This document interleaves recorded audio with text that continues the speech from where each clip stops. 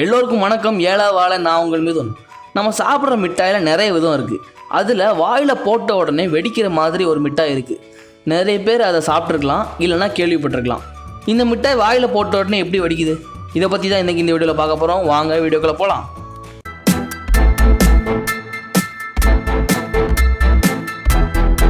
இந்த மிட்டாய்க்கு பேர் பாப் ராக்குன்னு சொல்லப்படுது. இது எப்படி செய்கிறாங்கன்னா, சீனி, சோளத்திலிருந்து எடுக்கிற சிரப், தண்ணி, அப்புறம் சுவையை கூட்டுறதுக்கு சில பொருட்களை ஆட் பண்ணுறாங்க. சேர்க்குற பொருளை பார்த்தா சாதாரணமாக தான் தெரியும். எப்படி செய்கிறாங்கன்னு பார்ப்போம். நான் சொன்ன பொருட்கள் எல்லாத்தையும் எடுத்துக்கிட்டு அதிகமான வெப்பத்தில் சூடு பண்ணுவாங்க. இந்த செயல்முறையில் அதிகமான அளவில் தண்ணி ஆவியாக மாறிடும். இது மூலிமா அடர்த்தியான சர்க்கரை பாகு கிடைக்கும். இதை குளிர் ஊட்டினா, அதாவது டெம்பரேச்சரை குறைச்சா சாதாரணமான மிட்டாய் கிடைக்கும். பாப்ராக் மாதிரி மிட்டாய் கிடைக்கணும்னா அதிக அழுத்தத்தில் உள்ள கார்பன் டை ஆக்சைடு கேஸை இந்த சர்க்கரை பாகு கலவையில் செலுத்துவாங்க. அதுக்கப்புறம் குளிர் விட்டுவாங்க.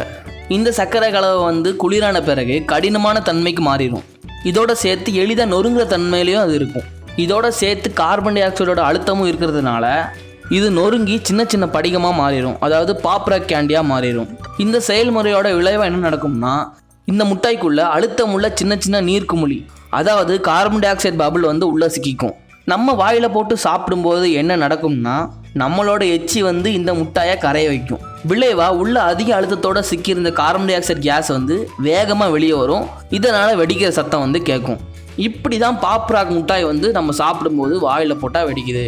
1979 பாப்ராக்னால ஒரு நிகழ்வு நடந்திருக்கு. அது என்னன்னா, ஒரு ட்ரக்கில் இந்த பாப்ராக் முட்டாயை அதிகமான அளவில் ஒரு இடத்துலேருந்து இன்னொரு இடத்துக்கு கொண்டு போகும்போது போக்குவரத்துக்கு ஏற்ற வெப்பநிலை இல்லாமல் அதிகமாக 30 டிகிரி செல்சியஸை தொட்டிருக்கு.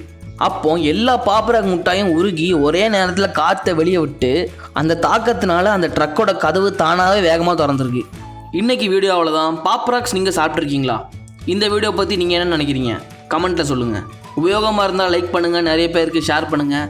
இந்த மாதிரி நம்ம வாழ்க்கையில் தோன்ற கேள்விக்கு பதில் இருக்கிற வீடியோஸ் தவறாமல் பார்க்கணுன்னா சப்ஸ்கிரைப் பட்டன் அழுத்துங்க. அண்ட் பெல் ஐக்கானோட சேர்த்து ஆலையும் கிளிக் பண்ணிக்கோங்க. அப்போ தான் நான் போடுற எல்லா வீடியோஸ்க்கும் நோட்டிஃபிகேஷன் வரும்.